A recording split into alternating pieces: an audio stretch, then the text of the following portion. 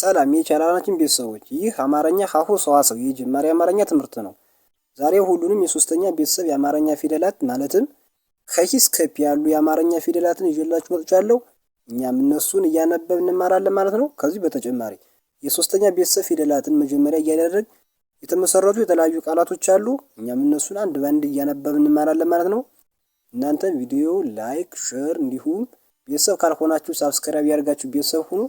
ከዚህ በተጨማሪ የአማርኛ፣ የእንግሊዝኛ፣ የሂሳብ፣ የኦሮምኛ እንዲሁም የግዕዝ ትምህርቶችን እያስተማርን እንገኛለን። እርስዎም ባሉበት ቦታ ሆነው በስልኮ ብቻ መማር ከፈለጉ ከዚህ ከታች ከቪዲዮ ላይ ባለው ስልክ ቀጥታ በመደወል እንዲሁም በቴሌግራም በኢሞና በኢንስታግራም ደውሉ።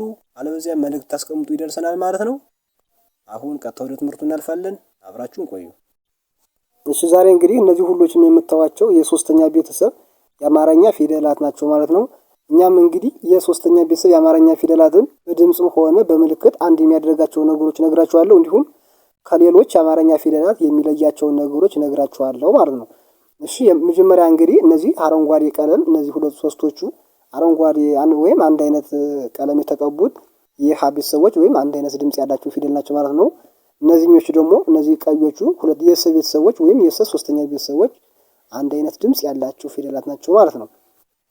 በተመሳሳይ እነዚህ አንድ አይነት ከለር ወይም አንድ አይነት ቀለም ያላቸውም የጸ ሶስተኛ ቤተሰቦች ወይም አንድ አይነት ድምጽ ያላቸው ፊደላት ናቸው ማለት ነው። እነዚህም ይችም የአ ቤተሰቦች እነዚህ ሁለቶቹ የአ ቤተሰቦች የሶስተኛ ቤተሰብ ናቸው ወይም አንድ አይነት ድምጽ ያላቸው ፊደላት ናቸው ማለት ነው። እሺ፣ እንግዲህ በድምጽም እንዲሁም በምልክትም የሶስተኛ ቤተሰቦች አንድ የሚያደርጋቸው ምልክት ወይም ድምጽ አላቸው ማለት ነው።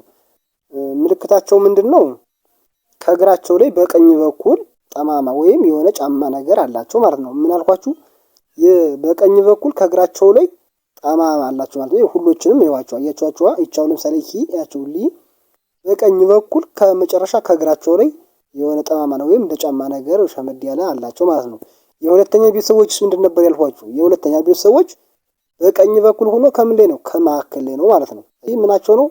ምልክታቸው ሲሆን በድምጽ ደግሞ ኢ የምትል የጋራ የሆነች ድምጽ አላቻቸው ማለት ነው። ምን አልኳችሁ? ኢ የምትል አሁን እነዚህን ሁሎችም ስናነብ ትሰሙኛላችሁ። ኢ የምትል ድምጽ አለች ማለት ነው። ይህ ምንድነው? የሶስተኛ ቤተሰቦች ነው ማለት ነው። ሁለተኛ ቤተሰብ ምንድን ነበር ያልኳችሁ? ኡ የሚል ድምጽ ነበር ያላቸው። ነገር ግን የሶስተኛ ቤተሰብ በድምጽ ከሆነ ኢ የምትል ድምጽ የጋራ አለቻቸው። እንዲሁም በምልክት ደግሞ ከቀኝ በኩል በታች ላይ የሆነ ጫማ የምትመስል ወይም ጠመም ያለች ነገር አለቻቸው ማለት ነው። የሁለተኛ ግን ከመካከል ላይ ነው ጠማሙ ያለ ማለት ነው። እሺ፣ አሁን አንድ ባንድ እናነባቸዋለን። እሺ፣ ይች ማናት? ሂ የሃ ቤተሰብ የሶስተኛዋ ፊደል። ይችስ ሊ ለቤተሰብ ሶስተኛዋ ፊደል። ሂ የሃ ቤተሰብ ሶስተኛዋ ፊደል። ሚ የመ ቤተሰብ ሶስተኛዋ ፊደል። ሲ የሰ ቤተሰብ ሶስተኛዋ ፊደል። ሪ የረ ቤተሰብ ሶስተኛዋ ፊደል። ሲ የሰ ቤተሰብ ሶስተኛዋ ፊደል። ሽ የሸ ቤተሰብ ሶስተኛዋ ፊደል። ቂ የቀ ቤተሰብ ሶስተኛዋ ፊደል። ቢ የበ ቤተሰብ ሶስተኛዋ ፊደል። ቲ የተ ቤተሰብ ሶስተኛዋ ፊደል። ች የቸ ቤተሰብ ሶስተኛዋ ፊደል። ሂ የሃ ቤተሰብ ሶስተኛዋ ፊደል። ኒ የነ ቤተሰብ ሶስተኛዋ ፊደል። ኒ የኘ ቤተሰብ ሶስተኛዋ ፊደል። ኢ የአ ቤተሰብ ሶስተኛዋ ፊደል። አያችኋ? እነዚህ እንግዲህ ሁሎችም ሰምታችሁ እንደሰማችሁት ኢ የምትል አንድ አይነት የሆነች ድምጽ አለቻቸው ማለት ነው። እሺ፣ አሁን ደግሞ እነዚህኞችን ስናያቸው ኪ የከ ቤተሰብ ሶስተኛዋ ፊደል። ሂ የኸ ቤተሰብ ሶስተኛዋ ፊደል። ዊ የወ ቤተሰብ ሶስተኛዋ ፊደል። ኢ የአ ቤተሰብ ሶስተኛዋ ፊደል። ዚ የዘ ቤተሰብ ሶስተኛዋ ፊደል። ዥ የዠ ቤተሰብ ሶስተኛዋ ፊደል። ይ የየ ቤተሰብ ሶስተኛዋ ፊደል። ዲ የደ ቤተሰብ ሶስተኛዋ ፊደል። ጅ የጀ ቤተሰብ ሶስተኛዋ ፊደል። ጊ የገ ቤተሰብ ሶስተኛዋ ፊደል። ጢ የጠ ቤተሰብ ሶስተኛዋ ፊደል። ጭ የጨ ቤተሰብ ሶስተኛዋ ፊደል። ጲ የጰ ቤተሰብ ሶስተኛዋ ፊደል። ጺ የጸ ቤተሰብ ሶስተኛዋ ፊደል። ጺ የጸ ቤተሰብ ሶስተኛዋ ፊደል። ፊ የፈ ቤተሰብ ሶስተኛዋ ፊደል። ፒ የፐ ቤተሰብ ሶስተኛዋ ፊደል። አያችኋ? እነዚህ እንግዲህ ሁሎችም ኢ የምትል የጋራ የሆነች ወይም አንድ አይነት የሆነ ድምፅ አላቸው ማለት ነው። ለምሳሌ ሂ ስትሉ ኢ፣ ሊ ስትሉ ኢ፣ ሂ ስትሉ ሂ፣ ሚ ስትሉ ኢ የምትል የጋራ ውስጣዊ ድምፅ አላቸው ማለት ነው። እሺ እንግዲህ እነዚህ ሁሎችም ከሂ እስከ ፒ ድረስ ያሉ የሶስተኛ ቤተሰብ የአማርኛ ፊደላት ናቸው ማለት ነው። ይበልጥ ግልጽ እንዲወላችሁ ያቸው እነዚህ በሰማያዊ ቀለም የተቀቡት የሶስተኛ ቤተሰብ ወይም ከዚህ ያሉት የቃላት ድምጽ ፊደል ናቸው ማለት ነው። ያቸው እነዚህ እቺ ሶሪ እቺኛዋ ል አይደለችም ማለት ነው እንጂ ያቸው እነዚህ ሰማያዊ እነዚህ ቀለም ሁሎችም የተቀቡት እነዚህ ሰማያዊ ቀለም የተቀቡት የሶስተኛ ቤተሰብ ወይም ከዚህ ያሉት ፊደላት ናቸው ማለት ነው። እቺ የመጀመሪያዋ ሂሩት ሂሩት ስትል እቺ ማነት ሂ የሃ ቤተሰብ ሶስተኛዋ ፊደል ወይንም እቺኛዋ ሂ ማለት ነው። አያችኋታ? ሂ እቺስ ሩ የረ ቤተሰብ የሁለተኛዋ ፊደል። ይቺስ ት የተ ቤተሰብ ስድስተኛዋ ፊደል በአንድ ላይ ሂሩት ሂሩት። ይኛው ደግሞ ሊጥ ሊጥ ሲል እቺ ማነት ሊ የለ ቤተሰብ ሶስተኛዋ ፊደል ወይንም ይቺ ማለት ነው። አያችኋታ? ይቺ ሊ ሶስተኛዋ ፊደል። ይቺስ ጥ የጠ ቤተሰብ የስድስተኛዋ ፊደል በአንድ ላይ ሊጥ ሊጥ የሚል ቃል እናገኛለን። ይህኛው ደግሞ ሚስት ይላል። ምን ይላል? ሚስት ሲል እቺ ማናት? ሚ የመ ቤተሰብ ሶስተኛዋ ፊደል። ይቺስ ስ የሰ ቤተሰብ ስድስተኛዋ ፊደል። ይቺስ ት የተ ቤተሰብ ስድስተኛዋ ፊደል በአንድ ላይ ሚስት ሚስት የሚል ቃል እናገኛለን ማለት ነው። ሚ ይቺኛው ይቺ ሚ ማለት ነው። ተየሱቻ ይቺ ሚ ማለት ነው። እሺ ይሄኛው ደግሞ ምን ይላል? ሲም ሲም ሲል እቺ ማናት? ሲ የሰ ቤተሰብ ሶስተኛዋ ፊደል ወይንም ይቺ ሲ ማለት ናት።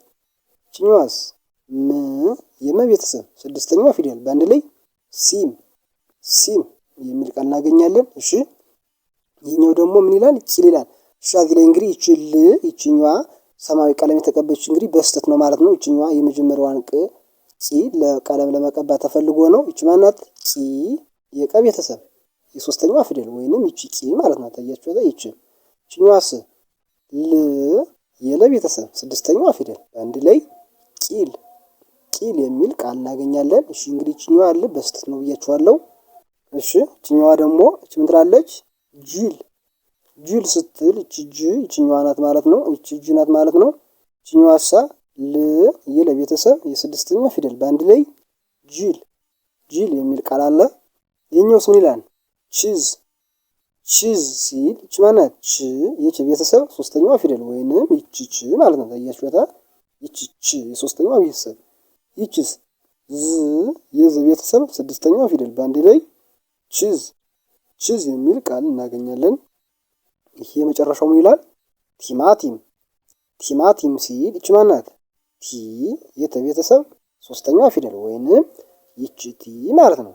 እሺ ይቺሳ ማ የመ ቤተሰብ የአራተኛዋ ፊደል። ይቺስ ቲ የተ ቤተሰብ ሶስተኛዋ ፊደል ወይንም ይቺ ቲ ማለት ነው። አያችኋ? እሺኛዋስ ም የመ ቤተሰብ ስድስተኛዋ ፊደል በአንድ ላይ ቲማቲም ቲማቲም የሚል ቃል እናገኛለን። እሺ ይሄኛው ደግሞ ምን ይላል? ይሄኛው ቃል ምን ይላል?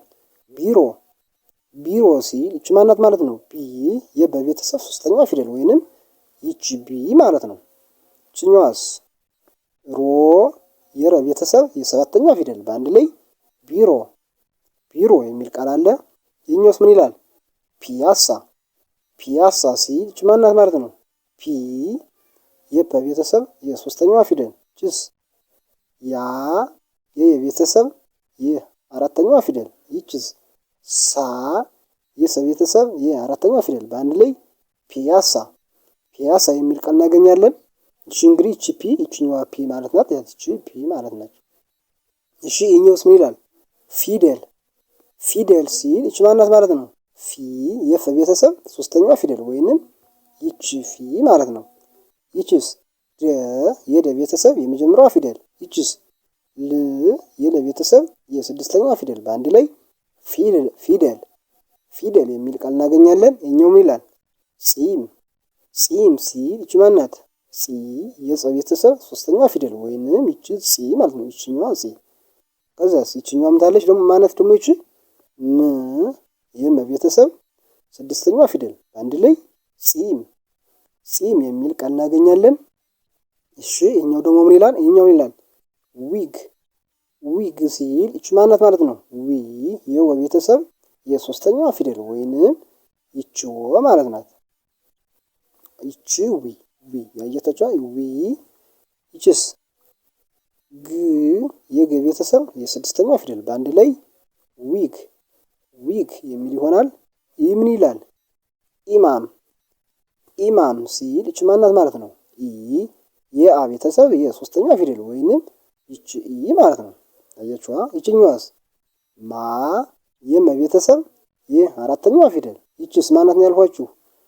ም የመ ቤተሰብ የስድስተኛዋ ፊደል። በአንድ ላይ ኢማም የሚል ቃል ይሰጠናል። ይሄኛውስ ምን ይላል? ጊንጥ ሲል ይቺኛዋ ማናት? ጊ የገ ቤተሰብ የሶስተኛዋ ፊደል ወይንም ይቺ ጊ ማለት ነው።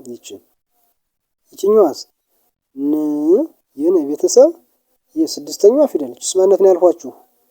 ጥ የጠ ቤተሰብ የስድስተኛዋ ፊደል። በአንድ ላይ ጊንጥ የሚል ቃል ይሆናል። እሺ ይሄኛው የመጨረሻው ቃል ምን ይላል? ይሄኛው ኪያ ሲል ይቺ ማናት? ኪ የከቤተሰብ የሶስተኛዋ ፊደል ወይንም ይቺ ኪ ማለት ነው። ያየችኋት ይቺ። ችኝቱስ ያ የቤተሰብ የአራተኛዋ ፊደል። በአንድ ላይ ኪያ የሚል ቃል እናገኛለን ማለት ነው። እሺ እነዚህ እንግዲህ ዛሬ በሶስተኛ ቤተሰብ የአማርኛ ፊደላት እንዲሁም የሶስተኛ ቤተሰብን የአማርኛ ፊደላት ምጅምር እያደረግን የተለያዩ ቃላቶችን መስርተን የተማርንበት ትምህርት ይህን ይመስል ነበረ። እሺ ዛሬ እንግዲህ የሶስተኛ ቤተሰብ የአማርኛ ፊደላት ከሌሎች ፊደላት የሚለይባቸው ነገሮች ምንድነው ብያችኋለሁ። በምልክት ከሆነ በቀኝ በኩል ወደ ቀኝ ከታች ከእግራቸው ላይ ወደ ቀኝ ሸማዳ ወይም እንደ ጫማ ነገር አላቸው ማለት ነው የሁሎችም። እንዲሁም በድምጽ ከሆነ ደግሞ ኢ የምትል የሆነ ውስጣዊ ድምጽ አላቸው ማለት ነው። እሺ ለዛሬ እንግዲህ የሶስተኛ ቤተሰብ የአማርኛ ፊደላትና እንዲሁም የሶስተኛ ቤተሰብ የአማርኛ ፊደላትን ምጅምር እያደረግን የተለያዩ ቃላቶችን መስርተን የተማርንበት የትምህርት ቪዲዮ ይህን ይመስል ነበረ። ያላችሁን ሀሳብ አስተያየት ኮሜንት ላይ አስቀምጡልን። ቀጣይ በሌላ ቪዲዮ ወደ ትምህርት እስከምንገናኝ ድረስ ሰላም ሁኑ። ቻው